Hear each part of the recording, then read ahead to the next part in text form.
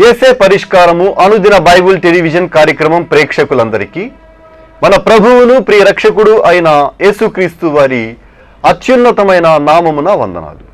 ప్రభువునందు ప్రియ దేవుని బిడ్డలారా, నేటి దినము పాస్టర్ కారుపాటి శ్యాంసాగర్ గారి ద్వారా కీర్తనల గ్రంథములోని కొన్ని భాగాలను ధ్యానం చేసుకుందాము. మీరందరూ బైబిల్తోనూ నోట్బుక్తోనూ సిద్ధపడి ఉంటే పాస్టర్ కారుపాటి శ్యాంసాగర్ గారు ప్రార్థన చేసి ఈ దినపు వాక్య పరిచర్య చేస్తారు. ప్రభువునందు ప్రియమైన దేవుని బిడ్డలారా, ఈ రాత్రికాలపు వాక్య భాగము కొరకు ఆర్థిక సహకారం అందిస్తున్న వారు ఆముదాల అప్పల స్వామి కాలనీ వాస్తవ్యులు పగడాల లక్ష్మీనారాయణ గారు మరియు శ్రీమతి పగడాల ఉమాలక్ష్మి గారు, వారి కుమారులు రాజేష్ గారు మరియు ఆనంద కుమార్ గారు కుటుంబ సభ్యులు సమర్పిస్తున్నారు. పగడాల లక్ష్మీనారాయణ గారికి, ఉమాలక్ష్మి గారికి, రాజేష్ ఆనంద్ గారులకు ప్రత్యేక కృతజ్ఞతలు తెలియచేస్తున్నాను. ఈ కుటుంబం కొరకు ప్రార్థించమని మనం చేస్తున్నాను. ప్రభువు ఈ కుటుంబంలో చేసిన మేలులు, ఆశీర్వాదములు నిమిత్తం సహకారం ఇచ్చారు. ప్రార్థన చేసుకుందాం. దయచేసి తలలో వంచండి, ప్రార్థనలో ఏకీభవించండి. మమ్మలను మిక్కిలిగా ప్రేమిస్తున్న మా ప్రియ పరలోకపు తండ్రి, మీకు కృతజ్ఞతలు చెల్లిస్తున్నాం. ఈ రాత్రి ఆశ్చర్యకరంగా మమ్మలను నడిపించినందుకై మీకు స్తుతులు అర్పిస్తున్నాం. మా ప్రేక్షకుల కొరకు ప్రార్థిస్తున్నాం. బిడ్డలు ఆశతో, ఆసక్తితో వాక్యము కొరకు ఎదురు చూస్తున్నారు. మీ కృప వారికి ఇవ్వండి, వారిని దీవించండి. ఆత్మీయ జ్ఞానం, ఆత్మీయ క్షేమాభివృద్ధి వారికి దయచేయండి. పగడాల లక్ష్మీనారాయణ గారి కొరకు, ఉమాలక్ష్మి గారి కొరకు వందనాలు. రాజేష్ ఆనంద్ కుమార్లను దీవించండి. వారి యొక్క జీవితాల్లో మీ కృపను ప్రసాదించండి. వారి జీవితంలో మీరు చేసిన మేళ్ల కొరకై మిమ్మల్ని స్తుతిస్తున్నాం, ఆరాధిస్తున్నాం. ఈ కుటుంబమును స్ఫూర్తిగా తీసుకుని లక్షలాది మందికి సువార్త ప్రకటించడానికి, మీ ద్వారా మేళ్లు పొందిన వారు ముందుకు రావటానికి కృప దయచేయండి. ఈ రాత్రి వాక్య ధ్యానం ద్వారా మమ్మలను దీవించండి. యేసు ప్రభు పేరిట అడిగి వేడుకొనుచున్నాము తండ్రి, ఆమెన్. ప్రభువునందు ప్రియమైన దేవుని బిడ్డలారా, 119వ సంకీర్తన, కీర్తనల గ్రంథం 119వ సంకీర్తన 72వ వచనము మనము ధ్యానం చేసుకోవాలి.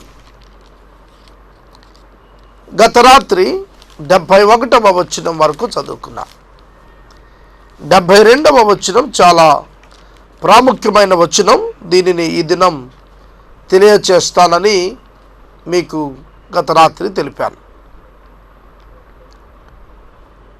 ఈ వర్తమానం 119వ సంకీర్తనలో 20వ వర్తమానం చదువుకుందాం. వేల కొలది వెండి బంగారు నాణెముల కంటే నీవిచ్చిన ధర్మశాస్త్రము నాకు మేలు. కంటే అనే మాట, కంటే, నీవిచ్చిన ధర్మశాస్త్రము మేలు. నాకున్న వేల కొలది వెండి బంగారు నాణముల కంటే, కంటే అనే పదం ఇట్ ఎక్స్ప్లెయిన్స్ ద కంపారిజన్, పోలికను తెలియచేస్తుంది. ఏది మేలు? మానవునికి ఏది మేలు? వేల కొలది వెండి నాణాలు, వేల కొలది బంగారు నాణాలు మీ ముందు పెట్టి, ధర్మశాస్త్రం మీ ముందు పెడితే ఏది తీసుకుంటారు మీరు? వేల కొలది వెండి బంగారు నాణాలు ఒక ప్రక్కన, దేవుడు ఇచ్చి ఆచరించమని చెప్పిన ధర్మశాస్త్రం మరి ఒక ప్రక్కన పెట్టి తీసుకోండి అని అంటే మీరేం తీసుకుంటారు? వెండి బంగారం, మరలా చెప్తున్నాను మీకు అర్థం కావటానికి, వేల కొలది వెండి బంగారు నాణాలు ఒక ప్రక్కన పెట్టి పరిశుద్ధ బైబిల్ గ్రంథాన్ని ఒక పక్కన పెడితే ఏది తీసుకుంటారు? సాధారణంగా మనుషులుగా ఆలోచిస్తే వెండి బంగారాలు తీసుకుంటాం. వెండి బంగారాలు చాలా వివిధ రకాలుగా ఉపయోగపడతాయి. దానికి ఉన్నటువంటి విలువ చాలా సులభంగా అంగీకారం దొరుకుతుంది వాటికి. అయితే ఈ వెండి బంగారాలు మన ఇష్టాన్ని నెరవేర్చుకోవటానికి ఉపయోగపడతాయి. జాగ్రత్తగా అర్థం చేసుకోండి. వెండి బంగారాలు వేల కొలది ఉంటే అవి మన చిత్తము నెరవేర్చుకోవటానికి, మన ఇష్టము నెరవేర్చుకోవటానికి ఉపయోగపడతాయి. కానీ ధర్మశాస్త్రం దేవుని చిత్తమును మనము నెరవేర్చడానికి ఉపయోగపడుతుంది. దేవుని ధర్మశాస్త్రం మనము దేవుని చిత్తమును నెరవేర్చడానికి ఉపయోగపడుతుంది. ఈ రెండింటిలో ఏది మేలు? మానవుడు తన చిత్తము నెరవేర్చుకున్నట మేలా, తాను దేవుని చిత్తము నెరవేర్చుట మేలా? ఈ ప్రశ్నకు వాక్యం ఇస్తున్న జవాబు దేవుని చిత్తము నెరవేర్చుట మేలు. దేవుని చిత్తము నెరవేరుస్తున్నప్పుడు ఒక మానవుడు పరిశుద్ధుడుగా ఉంటాడు. తన చిత్తము చొప్పున నడిచినప్పుడు, తన జ్ఞానము చొప్పున నడిచినప్పుడు మానవుడు పాపములో పడిపోతాడు. ధర్మశాస్త్రం చొప్పున నడిచినప్పుడు పాపమునకు దూరమై ప్రభువుకు సమీపంగా మేలైన జీవితం జీవించగలుగుతాడు. కావున మీరు దేనిని కోరుకుంటున్నారు? ధనము మీకు శారీరక సుఖాన్ని ఇవ్వచ్చు, సౌఖ్యాలను ఇవ్వవచ్చు, ఈ లోకంలో తాత్కాలికమైన పేరు తీసుకొని రావచ్చు, మిమ్మల్ని మనుషులు పొగడవచ్చు. అవి మేలు కాదు, అవి శాశ్వతం కాదు. దేవుడిచ్చిన ధర్మశాస్త్రం మేలు. ఎందుకంటే దానిలో దేవుని మనస్సు మనకు తెలియచేయబడింది. నిత్య జీవమును ఇచ్చే మాటలు దేవుని వాక్యమునందు, లేఖనముల యందు పొందుపరచబడ్డాయి. లేఖనములను నమ్ముచున్నారు కదూ, అవే నన్ను గూర్చి సాక్ష్యమిస్తున్నాయి అన్నారు ప్రభువారు. లేఖనాల యందు నిత్య జీవం ఉన్నది అని వాక్యం తెలియచేస్తుంది. ధర్మశాస్త్రమే కోరుకుందాం, దైవ చిత్తాన్ని నెరవేర్చడానికే ఇష్టపడదాం. సోదరుడా, సోదరి, ఈ లోకంలో, ఇదే లోకంలో వెండి బంగారము వలన కలుగు ఫలితం ముసిడి పడ్డంత చేదైతే, దేవుని వాక్యము వలన కలిగేటువంటి ఫలితం జుంటి తేనె ధార వంటిదిగా కనిపిస్తుంది. లాంగ్ రన్లో దినములు గడిచే కొద్దీ దేవుని వాక్యాన్ని కోరుకున్న వారే మేలులను అనుభవించారు. బైబిల్ గ్రంథాన్ని మీరు చూడండి. అన్నదమ్ములైనటువంటి యాకోబు, ఏశావుల జీవితం చూడండి. బంధువులైనటువంటి లోతు, అబ్రాహాము జీవితం చూడండి. సోదరుడా, సోదరి, లోకాన్ని ప్రేమించి వెళ్ళిపోయిన వారి కంటే వాక్యాన్ని ప్రేమించి దేవుని యొద్దకు వచ్చిన భక్తుల జీవితాలే దీవించబడ్డాయి. వెండి బంగారాలు మన అవసరాలు తీర్చడానికి ఉపయోగపడవచ్చు, కానీ మనల్ని దేవునికి సమీపంగా చేయలేవు. మనము మన జీవితంలో నేర్చుకోవలసినటువంటి ఆధ్యాత్మిక విలువలు వెండి బంగారాలు నీకు నేర్పవు, ధర్మశాస్త్రమే నేర్పిస్తుంది. వెండి బంగారాలు ఉండటం నీకు క్షేమం కాదు. వెండి బంగారాలు ఉండటం వలన నీకు భద్రత కాదు, వాటికంటే దేవుని వాక్యము కలిగి ఉండటం క్షేమం. శ్రమలో ఉన్నావా? వాక్యము తోడుగా ఉంటే దీవించబడతావు. కాబట్టి మీరు దేనిని కోరుకుంటారు? దేనిని మేలుగా భావిస్తారు? మీరే తీర్మానము చేసుకొనండి. 72వ వచనం నేను ఇక్కడ ముగిస్తున్నాను. 73వ వచనం నుండి 80వ వచనం వరకు ఉన్న 8 వచనాలు యోధ్ అనేటువంటి హెబ్రీ అక్షరమాలలోని 10వ అక్షరంపై వ్రాయబడినటువంటి వచనాలు. ఇవి చాలా అద్భుతమైనటువంటి సందేశాన్ని కలిగిన వచనాలు. ధ్యానిద్దాం. 73 వచనం. నీ చేతులు నన్ను నిర్మించి నాకు రూపు ఏర్పరచెను. నేను నీ ఆజ్ఞలను నడుచుకున్నట్లు నాకు బుద్ధి దయచేయము. Wonderful word. నా శరీర ఆకృతి నీవిచ్చినదే. నా శరీర ఆకృతి నీవిచ్చిందే. నా రూపము నీవిచ్చిందే. నీ చేతులే నా శరీరమునకు రూపాన్నిచ్చాయి. 139వ సంకీర్తన. తల్లి గర్భములో పిండాకృతిగా రూపొందించబడక మునిపే, రవ్వంతైనను రూపొందించబడక మునిపే దేవుని కన్నులు మనలను చూచాయి. చూడండి, 139వ సంకీర్తన 13వ వచనం చదువుతున్నాను. నా అంతరింద్రియములను నీవే కలుగజేసితివి. నా తల్లి గర్భమందు నన్ను నిర్మించిన వాడువును నీవే.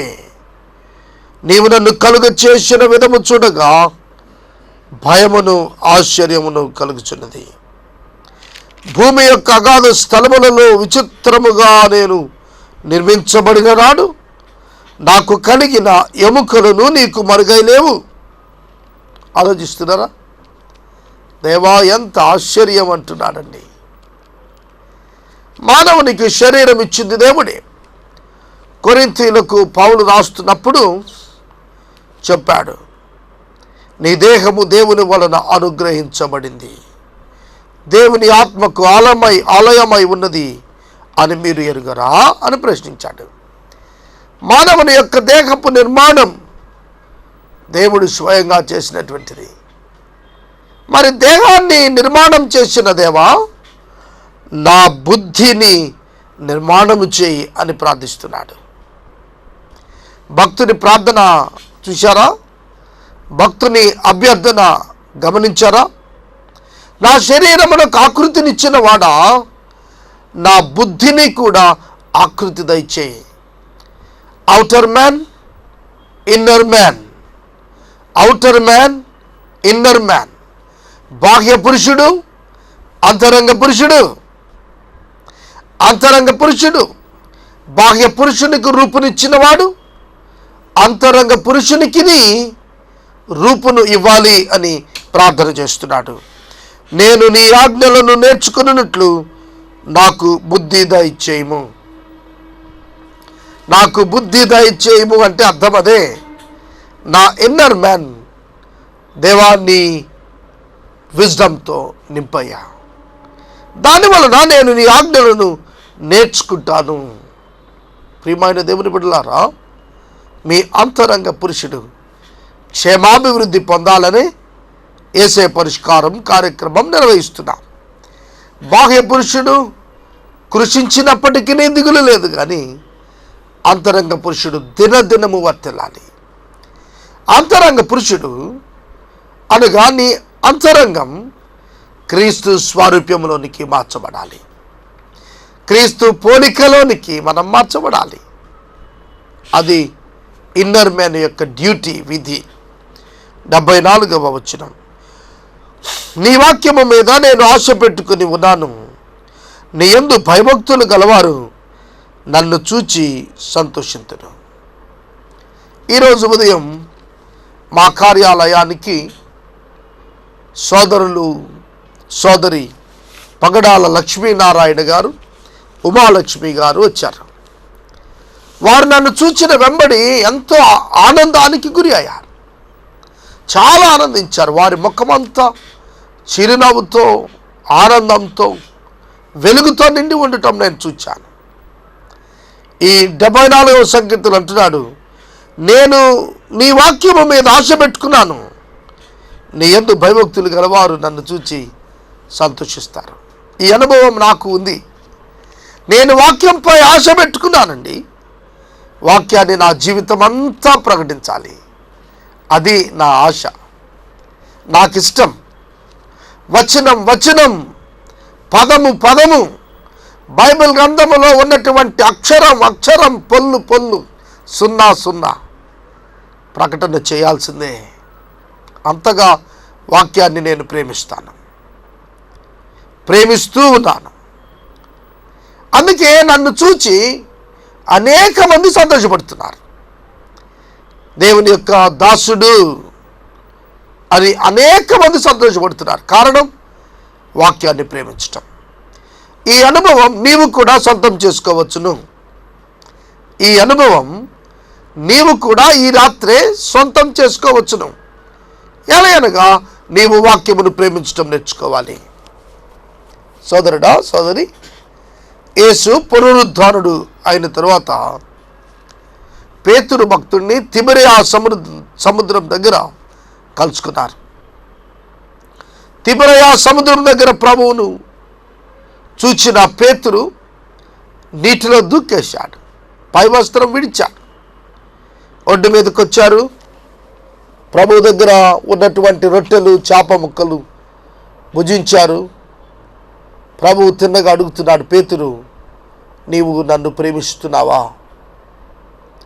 పేతురు, నీవు నన్ను ప్రేమిస్తున్నావా? ఇదే పేతురుకు పరలోకము నుండి బయలుపరచబడిన సత్యం. నిత్య జీవపు మాటలు కలిగిన వాడవయ్యా, నిన్ను విడిచి మేము ఎక్కడికి వెళతాము? నిత్య జీవపు మాటలు కలిగిన వాడవు ప్రభు, నువ్వు మెస్సియావు, నిన్ను విడిచి మేము ఎక్కడికి వెళ్తాము? పరిశుద్ధుడైన పేతురు యేసును బహుగా ప్రేమించాడండి. ఎంతగా ప్రేమించాడంటే, పేతురు, వీరందరికంటే నీవు నన్ను ఎక్కువ ప్రేమిస్తున్నావా అని అడిగారు ప్రభు. ప్రభువుకు తెలియదండి పేతురు వారందరికంటే యేసును ఎక్కువ ప్రేమిస్తున్నాడని. ప్రభువుకు తెలుసు, పేతురుకు తెలుసు, కానీ మిగిలిన వారికి తెలియాలి వారందరికంటే పేతురే ఎక్కువ ప్రేమిస్తున్నాడని. అందుకనే ప్రభువు ముమ్మారు ఈ ప్రశ్న అడిగారు, నీవు నన్ను ప్రేమిస్తున్నావా? నీవు నన్ను ప్రేమిస్తున్నావా? నీవు నన్ను ప్రేమిస్తున్నావా? దానికి పేతురిచ్చిన జవాబు, అవును ప్రభువా, నీవే ఎరుగుదవు. అయితే నా గొర్రెలను మేపుము, నా గొర్రెలను కాయము, నా గొర్రె పిల్లలను మేపుము అని బాధ్యతనిచ్చాడు. ఆ పేతురును చూచి ప్రజలు సంతోషించారు. పేతురు నీడ పడితే ప్రజలు స్వస్థత పొందారు. నడికట్టు తగిలితే ప్రజలు స్వస్థత పొందారు. ప్రియమైన దేవుని బిడ్డలారా, నీవు వాక్యాన్ని ప్రేమిస్తే ప్రజలు సంతోషిస్తారు.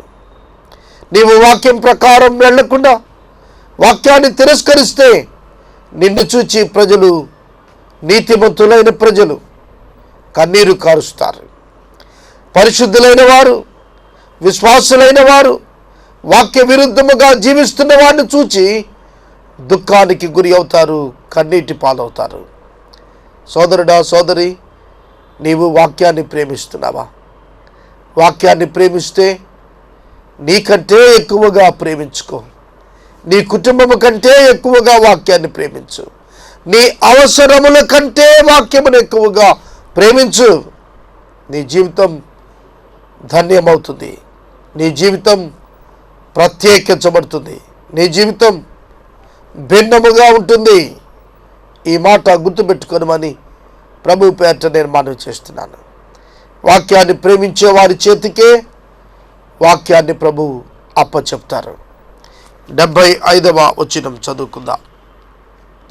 యెహోవా, నీ తీర్పులు న్యాయమైనవనియు విశ్వాస్యత గలవాడవై నీవు నన్ను శ్రమపరిచితువనియు నేను ఎరుగుదును.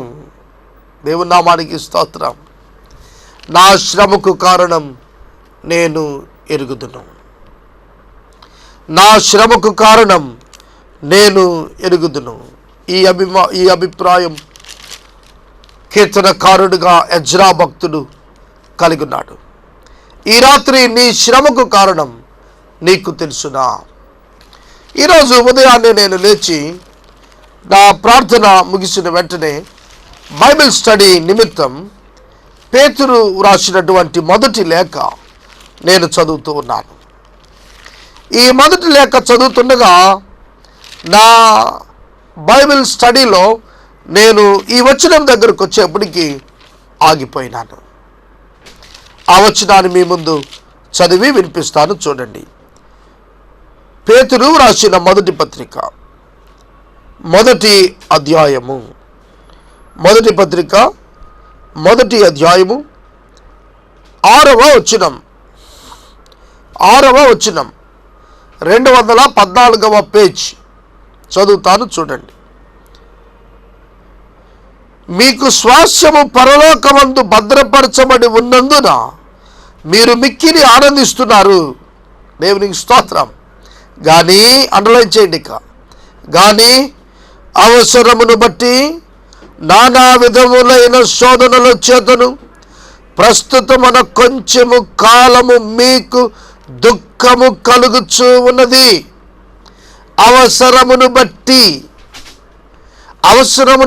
శోధన, అవసరమును బట్టి దుఃఖము మీకు కలుగుతోంది.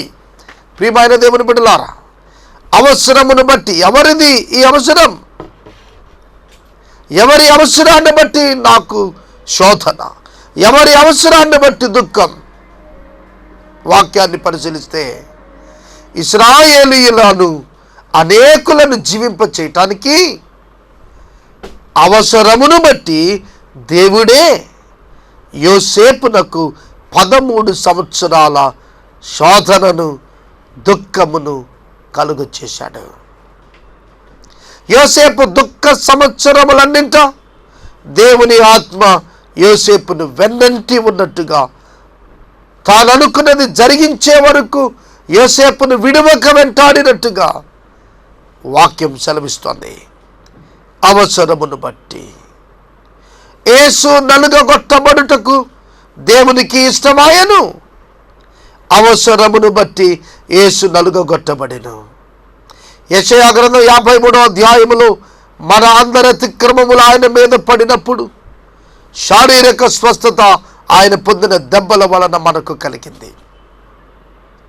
కనుక ఇతరుల రక్షణార్థము దేవుడు మనకు కొన్ని శోధనలను, కొంత దుఃఖాన్ని ఇస్తున్నాడు. సోదరుడా, సోదరి, ఇది నీ వెరుగుదువా? దేవుడు నీకు మహిమను సిద్ధపరిచాడు. దానిని అందుకోవటానికి ముందు నిన్ను దేవుడు చిన్ని దుఃఖములో, చిన్ని శోధనలో అనుమతిస్తున్నాడు. గత 1వ తారీఖు సాయంకాలం CSI గ్రౌండ్స్లో షాలోమ్ బైబిల్ కళాశాల ప్రిన్సిపల్ గారి ఆహ్వానం, సుదర్శన్ బాబు గారి ఆహ్వానం మేరకు 18 మంది పట్టభద్రులైనటువంటి దైవ సేవకుల కాన్వకేషన్లో నేను గ్రీటింగ్స్ కొరకు నిలబడినప్పుడు చెప్పాను, your call for the ministry and your commitment for the ministry and your character for the ministry gives you the cross. పిలుపు, నీ ప్రవర్తన, నీ తీర్మానం నీపై, నీ భుజముపై సిలువను మోపితే ఆ సిలువ కిరీటాన్ని ఇస్తుంది అని చెప్పాను. భక్తుడు అంటున్న మాట చదివారా? విశ్వాస్యత గలవాడవైన నీవు నన్ను శ్రమపరిచావు. నన్ను శ్రమపరచటంలో యువర్ ఫెయిత్ఫుల్నెస్ ఇన్వాల్వ్డ్. నీ యొక్క విశ్వాస్యత ప్రభు దాగి ఉందయ్యా. నన్ను శ్రమపరిచావు, నేను ఎరుగుదును. ఒక గొప్ప ఉద్దేశంతో నన్ను శ్రమపరిచావయ్యా. సోదరుడా, సోదరి, నీ జీవితంలో అనుగ్రహించబడుతున్న ప్రతి విధమైనటువంటి పరిస్థితి, నీ క్షేమార్థము, ఇతరుల క్షేమార్థము, ఇతరుల మేలు కొరకు దేవుడు సమకూర్చాడని నమ్మాలి. తనను ప్రేమించిన వారి కొరకు అనగా నీవొక్కడికే కాదు, ఇతరులకును సమకూర్చి నీ పక్షంగా జరిగిస్తున్నాడు. నీ జీవితంలో నీవు దేవుని ప్రేమిస్తున్నావు. నీ జీవితంలోనే కాదు, ఇతరుల జీవితాలలోనూ వారు ప్రేమిస్తున్నప్పుడు దేవుడు తన బిడ్డలకు అద్భుతమైన, ఆశీర్వాదకరమైన, ఆశ్చర్యమైనటువంటి మహిమనిచ్చే నిమిత్తం, ఎనలేనటువంటి ఆ గొప్ప భాగ్యాన్ని ఇచ్చే నిమిత్తం అల్పకాల శ్రమలను అనుగ్రహిస్తాడు. మోషేకు క్రీస్తు బిడ్డలతో గొప్ప నింద భాగ్యముగా ఎంచుకున్నాడు. అల్పకాలం వచ్చేటువంటి భోగాన్ని విడిచిపెట్టాడు. శ్రమల మార్గమే ఎన్నుకున్నాడు. కారణం, మోషే భక్తుని యొక్క మరణ సమయంలో దేవుడు మోషేను ముద్దు పెట్టుకున్నాడు. తెలుగు బైబిల్ ట్రాన్స్లేషన్లో మిస్ అయిపోయింది. దేవుడు మోషేను ముద్దు పెట్టుకున్నాడు. ప్రియమైన దేవుని బిడ్డలారా, వాక్యాన్ని నేను ముగిస్తున్నాను. పరిశుద్ధ లేఖనాలు సాక్ష్యం ఇస్తున్నాయి. నీ శ్రమానుభవం దేవుడు విడిచినందున కాదు, దేవుడు నీకు తోడుగా ఉండినందుననే. నీ శ్రమానుభవం, నీ కన్నీరు, దేవుడు నీ కన్నీరు చూడటం లేదనుకుంటున్నావా? నీ కన్నీరు ఇచ్చిన దేవుడు నీ ప్రక్కనే నిలిచినాడు. నిన్ను బలపరుస్తున్నాడు. రేపటి వాక్య ధ్యానంలో మిగిలిన సత్యాలు ధ్యానించుదాం. ఈ రాత్రి కాలపు వాక్య భాగానికి ఆర్థిక సహకారం ఇచ్చిన వారు ఆముదాల అప్పల స్వామి కాలనీ వాస్తవ్యులు శ్రీ పగడాల లక్ష్మీనారాయణ గారు, శ్రీమతి పగడాల ఉమాలక్ష్మి గారు, రాజేష్, ఆనంద్ కుమార్లు సమర్పిస్తున్నారు. ఈ కుటుంబాన్ని దేవుడు దీవించాలని మేము ప్రార్థిస్తున్నాం. మనము ఇంతవరకు పాస్టర్ కారుపాటి శ్యాంసాగర్ గారి ద్వారా కీర్తనల గ్రంథములోని శ్రేష్టమైన భాగాలను ధ్యానం చేసుకున్నాము. ఈ కార్యక్రమం ద్వారా మీరు పొందుకొనుచున్న ఆత్మీయ మేలులు ఒక ఉత్తరం ద్వారా మాకు తెలియచేయండి. మీ ప్రార్థనా మనవులు మాకు తెలియచేస్తే సోమవారం నుండి శనివారం వరకు ఏసే పరిష్కారము కార్యాలయంలో ఏర్పాటు చేసిన 6 గంటల ప్రార్థనా శిబిరంలో మీ కొరకు ప్రత్యేకంగా ప్రార్థిస్తాము. మీ కుటుంబ పక్షముగా ఒక ఎపిసోడ్ ప్రసారం చేయాలనుకునేవారు మాకు తెలియచేయండి. అలాగే ఈ కార్యక్రమానికి ప్రతి నెల 100 రూపాయలు కానీ, 50 రూపాయలు కానీ, 25 రూపాయలు కానీ ఆర్థిక సహకారం అందించాలనుకునేవారు మాకు తెలియచేస్తే మా సిబ్బంది మీ గృహాలను దర్శిస్తారు. ఏసే పరిష్కారము ప్రేక్షకులకు ఒక ప్రత్యేకమైన ఆహ్వానము. ఏలూరు పత్తేబాద వేదరాజు సినిమా హాలు ఎదుట ఉన్న గ్యాస్ గౌడౌన్ ప్రక్కన పాస్టర్ కారుపాటి శాంతిసాగర్ గారి చేత నిర్వహింపబడుతూ ఉన్న బెరాకా ప్రార్థనా సహవాసానికి మిమ్మల్ందరినీ కూడా మేము ప్రేమపూర్వకంగా ఆహ్వానిస్తూ ఉన్నాము. ఆదివారపు ఆరాధన ఉదయము 10 గంటల నుంచి 12 గంటల 30 నిమిషాల వరకు జరుగుతుందండి. దయచేసి ప్రేక్షకులు ఈ విషయాన్ని గ్రహించి రావాల్సిందిగా మిమ్మల్ని అందరినీ కూడా మేము ప్రేమపూర్వకంగా ఆహ్వానిస్తూ ఉన్నాము. ముగింపు ప్రార్థన ఆశీర్వాదాలతో ఈ కార్యక్రమాన్ని ముగించుకుందాం. ప్రార్థన చేసుకుందాం. దయచేసి తలలు వంచండి, ప్రార్థనలో ఏకీభవించండి. మమ్మల్ని మిక్కిలిగా ప్రేమిస్తున్న మా ప్రియ తండ్రి, మీకు కృతజ్ఞతలు చెల్లిస్తున్నాం. ఈ రాత్రికాలం మీ ప్రియబిడ్డలు, మా ప్రేక్షకులు వాక్యం విన్నారు. ఈ రాత్రి వాక్యం మాతో సూటిగా మాట్లాడింది అని నాకు తెలుసు ప్రభు. ప్రజలను తెలుసుకున్నారు. ఆలస్యం చేయక మిమ్మల్ని అంగీకరించడానికి సహాయం చేయండి. రేపటి రాత్రి మేము కలుసుకునే పర్యంతం మీ కృపలో వర్ధిల్ల చేయండి. వీరి అవసరాలన్నీ తీర్చండి. బిడ్డలు పరీక్షల కొరకు సిద్ధపడుతున్నారు. నవోదయ 10th రాస్తున్నవారు, అటువలనే ప్రభు CBSE సిలబస్లో 10th రాస్తున్నవారు, ఇంటర్మీడియట్ రాస్తున్నవారు ఉన్నారు. స్టేట్ సిలబస్లో 10th కొరకు సిద్ధపడుతున్నవారు ఉన్నారు. వీరందరినీ ప్రభు జ్ఞాపకం చేసుకోండి. ప్రార్థనాపూర్వకంగా పరీక్షలకు వెళ్ళటానికి సహాయం చేయండి. ఘనత పొందండి. మంచి మార్కులతో ఉత్తీర్ణత ఇవ్వండి. ఈ రాత్రికాలం మా ప్రేక్షకులను దీవించమని యేసు ప్రభు పేరిట అడుగుచున్నాము తండ్రి. ఆమెన్. మన తండ్రి అయిన దేవుని ప్రేమ, కుమారుడైన యేసుక్రీస్తు ప్రభు వారి యొక్క కృప, పరిశుద్ధాత్మ దేవుని యొక్క అన్యోన్య సహవాసము సదాకాలము మనకందరికీ తోడై ఉండును గాక. ఆమేన్.